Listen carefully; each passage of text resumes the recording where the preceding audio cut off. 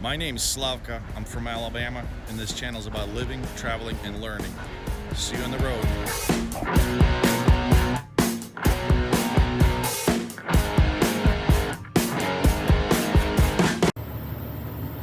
Good morning, YouTube, from beautiful Grand Junction, Colorado. I'm surrounded by Rocky Mountains and landscapes like a postcard. It's October 9th, Saturday, and we're continuing our trip to East Coast from California. So today I'm going to do something different. Normally the route would be keep going I-70 all the way through Denver. It's about 224 miles from Grand Junction. Basically, Grand Junction is on the western side of Rockies. Denver is on the eastern side. Anything east of Grand Junction is a solid Rockies. You can see them up there, kind of blocked by the trucks, but I-70 in there is very squiggly, kind of. There's some towns, and mainly, you know, elevations. You have all kinds of treacherous weather conditions up there, and we have a massive weather front moving in on us, so we got to get out of here today. Otherwise, we'll be stuck here with upwards of 2 feet of snow in the higher elevation. So we're going to do something different now. In my spirit of avoiding interstates, we're going to go down to US Highway 50. So here's the Grand Junction. Let me zoom in here so you can get an idea. We're in a Grand Junction right now. This is Utah over here with western Colorado. You would normally keep going on 70, and it goes around. It's all one giant canyon run all the way to Denver. Now we don't want to go to Denver. Denver is a construction mess. There's just all kinds of reroutes. It's just a mess. It's been like that for several years. We're gonna take 50 right here, and we're gonna go somewhere around here. It's called Monarch Pass. It's over 11,000 feet.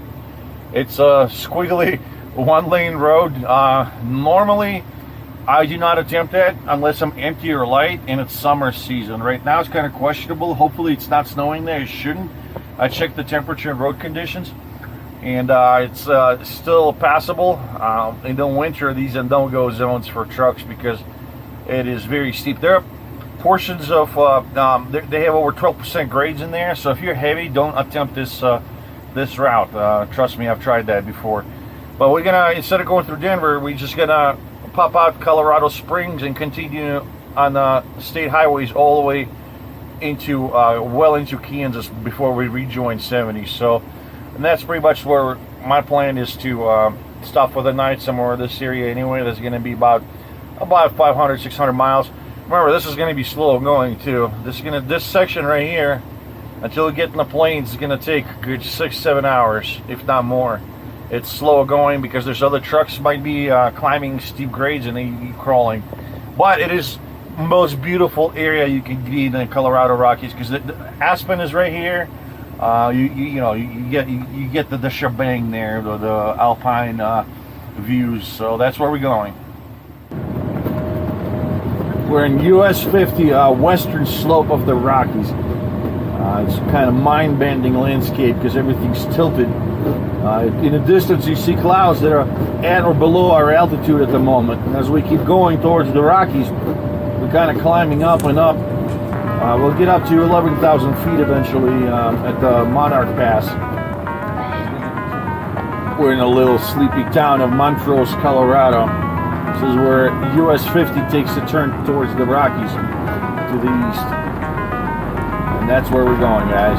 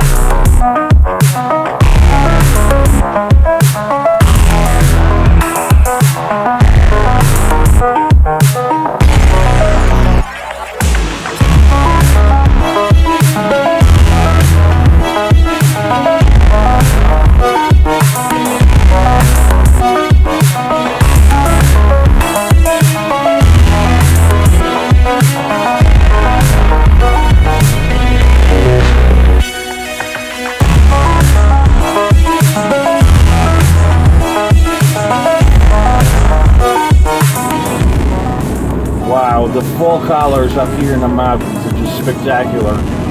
Yellows, oranges, reds, like rust. We're at the elevation of 8,200 feet and climbing towards the Monarch Pass. There's absolutely stunning fall colors. I'm glad I took this route before it shut down. It's only open on weekends right now.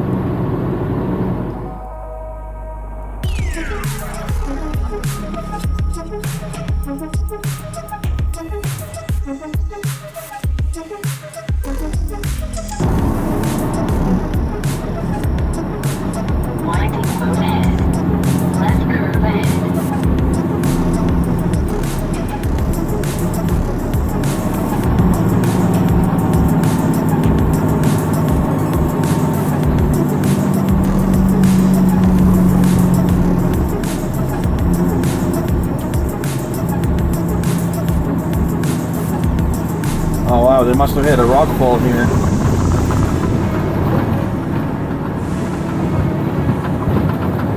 That's why the road was closed, I see. The cliff slid down, it closed up the area.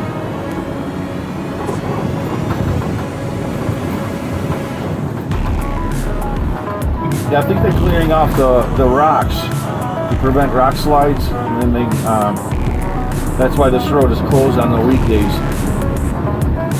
Current elevation 8,900 feet and climbing. This is 12% grade right here, guys. You don't see grades like this on the interstate ever. This is right here. Not many truckers been in 12% grade, I guarantee you that much. Look at that serpentine road. Well, we're just down there. We're like 1,000 feet up. Off to the left. One mistake and you go tumbling down there into that crevasse.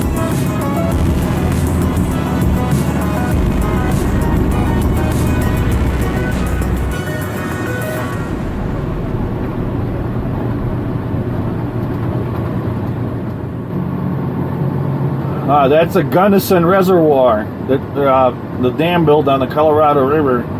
This is uppermost reservoir. That's the one you guys heard on the news probably, that they drained to increase the water level on Lake Mead down in Nevada, some 600 miles down, further down the stream. Look how shallow it is. The banks are exposed.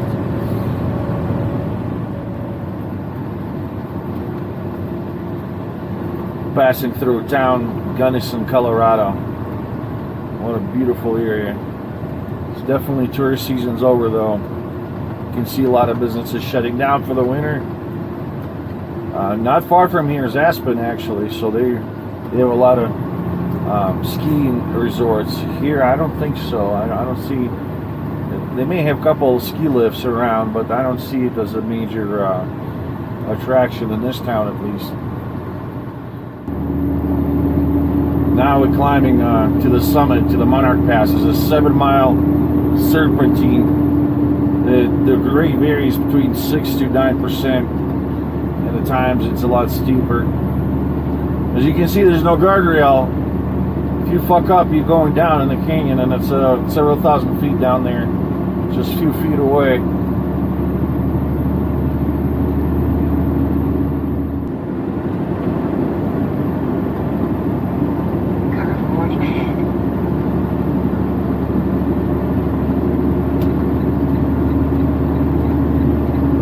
It's 31 degrees out there. We're below freezing now.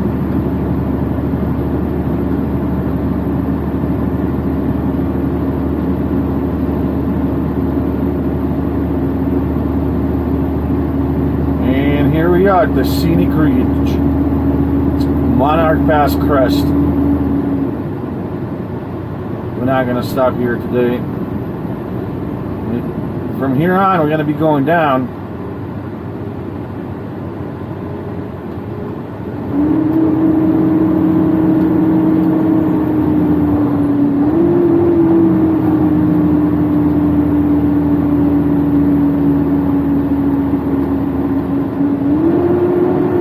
Give the workout to the Jake brakes today. Going down is actually slower on these hills than going up, because you're trying not to overspeed.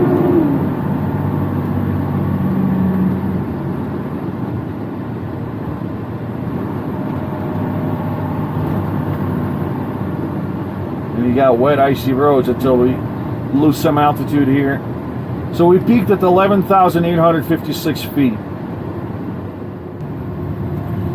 This canyon's so narrow, I gotta make sure trailer clears the rocks, because they're, when I'm making these turns, it's passing barely a few feet away from the cliff face.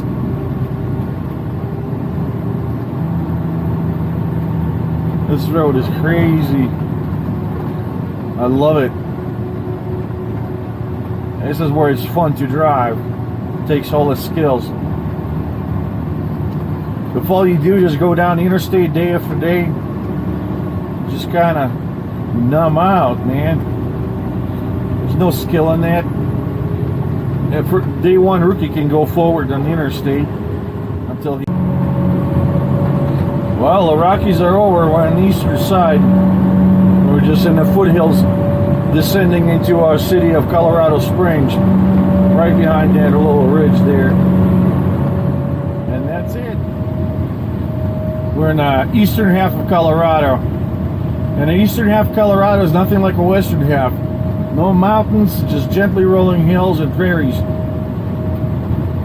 We're leaving the Cascade Mountains, Rocky Mountains behind us like in the rearview mirror. And heading out towards Kansas. We're on the Colorado 94 highway. Eventually we'll merge with the I-70 about 100 some miles from here. Oh, finally, truck stop. We're in the middle of Kansas. It's been a long day, sun is setting. We go from dawn to dusk, guys. Dawn to dusk.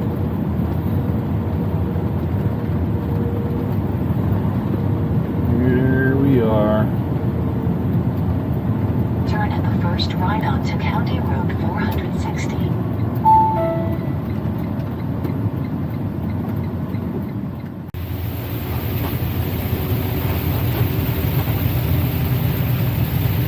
Well, boys and girls, it's not always sunshine and rainbows. It's October 11th, and we're in Missouri, about to enter Illinois. Nasty thunderstorms all morning. And it's not midnight, it's close to 11 a.m. It's crazy. It's been raining all day yesterday and today. The Midwest getting hammered here. No engine brake. Mississippi River on this soggy, drowsy day. Left curve ahead. There's a dam right there. We're in southern Illinois, Missouri. I forgot the town name, Kirkwood or something. It's where Iowa, Missouri, and Illinois kind of touch together. Crossing border, entering Illinois. It's been a soupy morning. I got soaked this morning. I walked out in the parking lot. It was not raining. Came back. It was like pouring, man. Took another shower after taking a shower. Oh, man. Midwest is not welcoming me at all. There's fine weather coming from California until I hit Iowa. And then there's like tornado warnings, all the crap that they can throw at me in the fall. So I'm sure it's gonna snow soon. Now finally getting into Indiana, another 2,000 feet we're in Indiana. Haven't mentioned I haven't been on the interstate or crossed the DOT scale since Grand Junction, Colorado. This whole area I've been taking my secret pirate route. That's basically avoids all the scales, even though I'm super light, but still nice to know you can go travel east to west without being harassed by DOT and cross state lines and all that good shit. So Changing time zone. yeah, Crossing here's border, Indiana. entering Indiana. And what you guys don't see, you don't see the port of entry scale. But anyways, yeah, there are routes out here, pretty much like in Midwest, anywhere east of Rockies. You can go anywhere if you know your ways around the back roads. You can completely avoid scales. You can hoist up the black sails and go yar. Drive without CDL. Drive for 20 hours straight without logbook or whatever the hell you want. Well, until you get caught, of course. But it may take a while. It may take a real while because, I mean, roads like this, most of DOT and the law enforcement generally focused on the interstates. They're all sitting there in their chicken house there, waiting for the suckers to go by. So if you got a legal load, if you got something like that, hoist those sails up, baby, and sail down the country roads. Anyways, yeah, guys, the only downside, I suppose, like around Midwest, like especially as you keep going east, like Indiana, Ohio, it starts to get population density higher. So you start encountering small towns constantly every 5-6 miles. That slows you down. So we're going to continue this. I'm just avoiding a lot of toll roads, big cities. But I'm going to get on the Interstate 80 before I get to PA. Because once you're in PA, state routes is almost impossible. It's so convoluted in there. And in places impassable. I wouldn't trust going to state route because sometimes they just dead end. They close them randomly. Like you could just come up and like a road closed 2 miles and there's nowhere to turn around. And then I mean, there's a risk always happening on these secondary, tertiary roads, but in PA is just forget about it. So, well, hello, Ohio. What's up? Shout out to all my relatives and friends in Ohio. I lived in this state for 21 years before I found out that there are better places to live. No offense to anyone. Oh, what's up with the weather out here, man? It's October 11th. You guys are supposed to have lead gray overcast skies with a chance of sleet and all that good stuff. Look at this shit. Blue skies, sunny, 83 degrees outside. That's not right. It's got to be a really complete shit show. It's got to be cold, man. And miserable and drowsy. Oh. Anyways, I'm just joking. I love you all, guys. And yeah, as a trucker, I hate Ohio because you know why? I can go across the entire country and see one or two speed traps. In Ohio, we go down 71 between Columbus and Cleveland, and you'll see 20 of them. It's like a Nazi Waffen-SS state trooper state. You know, those guys, at least they got hats, man. I give it that. You know, the Ohio State Troopers, man, for all the tickets that they gave me in the past, they got cool hat and the boots and all that shit. So, well, if you're a state trooper, good for you, man. Polish those boots. And I'll try to stay out of your state, so the best I can. Sometimes I just have to drive through it. Anyhow, yeah, we're going to be stopping pretty soon. I'm going to get another 80 miles to go. And my time is up in my logbook. So we're going to be finishing this trip tomorrow. Tomorrow is the final day. I'm going to be making a delivery. So, wow. Yeah, it's been a long one. From Long Beach port of LA all the way to PA, man. All the way to the east coast of PA, like around Hazleton there. It's been a long trip. Well,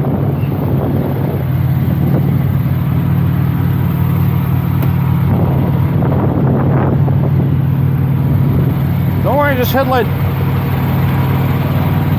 Hey, it wasn't me, I know I didn't. No, it's a bulb, man. I gotta replace it. Oh. You're getting up to my ass. What? You're getting up to my ass. No, I was waiting for you to park so you could come out and pop the hood. So, yeah.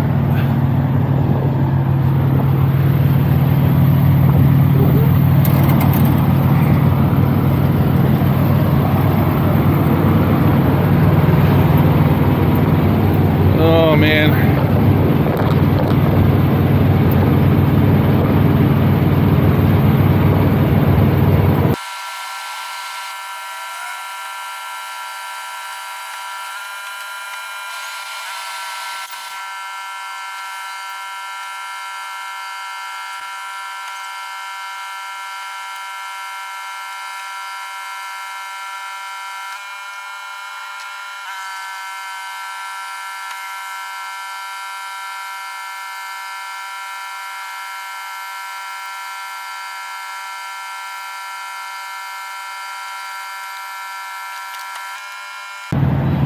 All right, let's take a look at the headlights now. Ooh, magic, it works. Good morning, fellow human beings, subscribers, haters, and followers.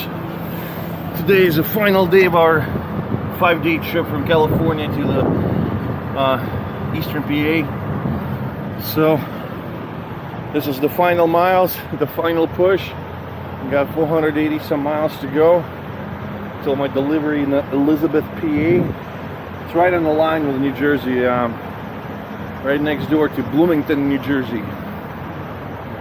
So anybody from the East Coast, you'll know that area. Yeah, so today we're done avoiding freeways.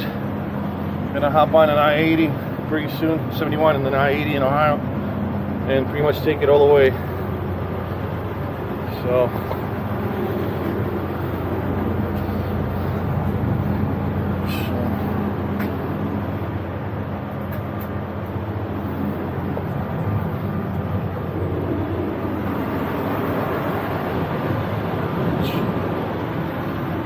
just doing a walk around.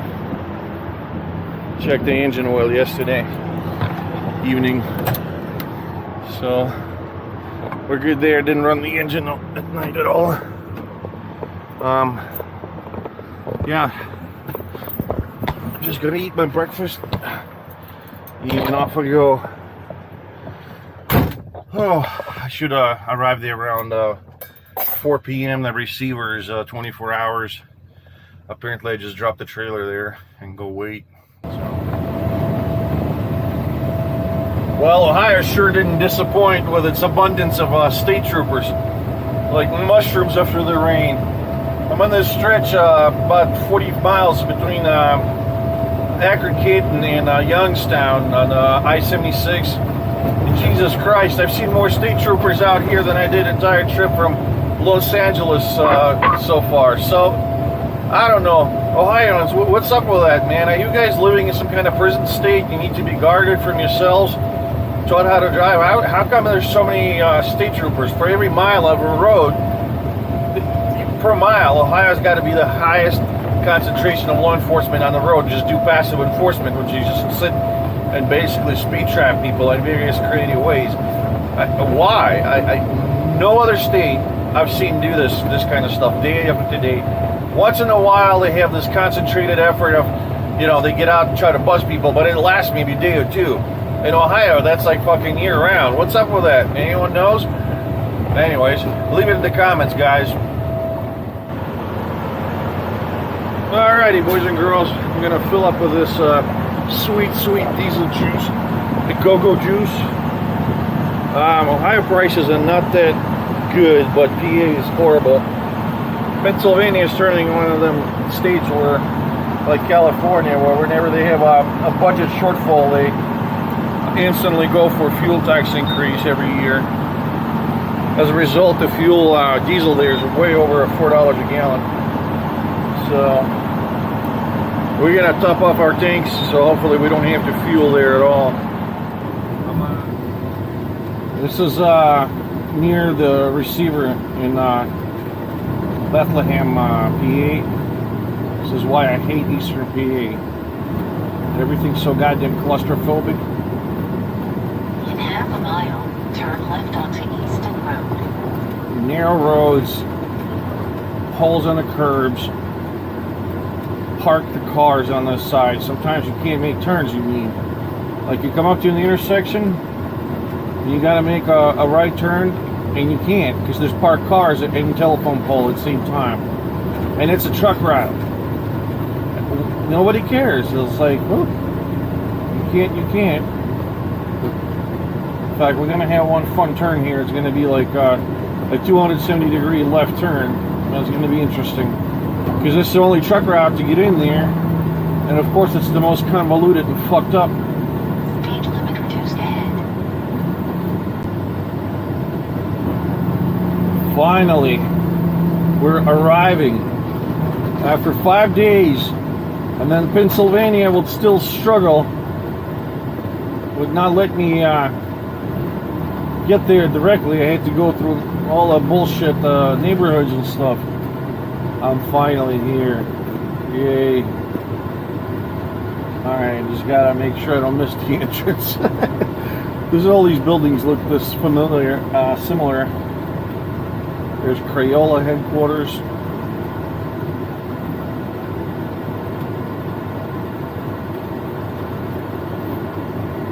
I think we got the next one we gotta go. That's a Walmart distribution center. We're going to QVC. Yeah, that's it right there, next building. Yay. See, not the truck entrance is not, wow, they're huge. Look at this, guys. It's like, I don't know, several thousand feet. Wow. Yeah, here's the trucks. Truck entrance. Even has its own railroad line here.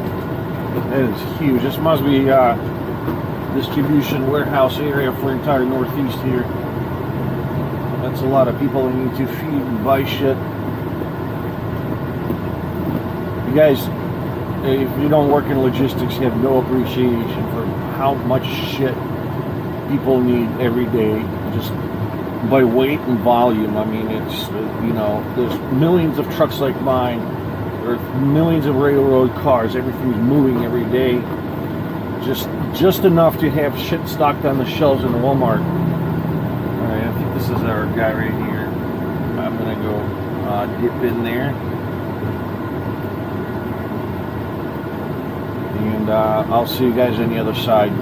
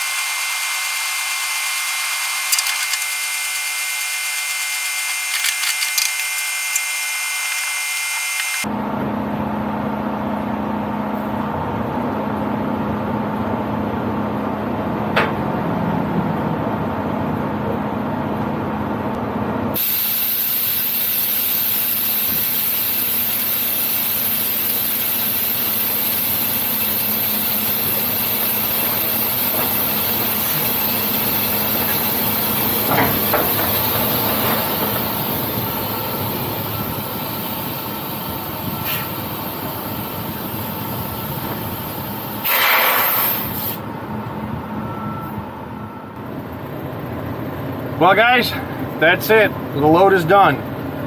Thanks for traveling with me. We crossed the entire United States from West Coast to East Coast, and 2,697 miles. We delivered our load, so I'm headed to close this trucks up in my bobtail, and I'm gonna have to wait for this trailer to get unloaded. It's gonna be a few days probably. So yeah, I'll see you in the next episode, guys. Stay tuned, and I'll see you on the road.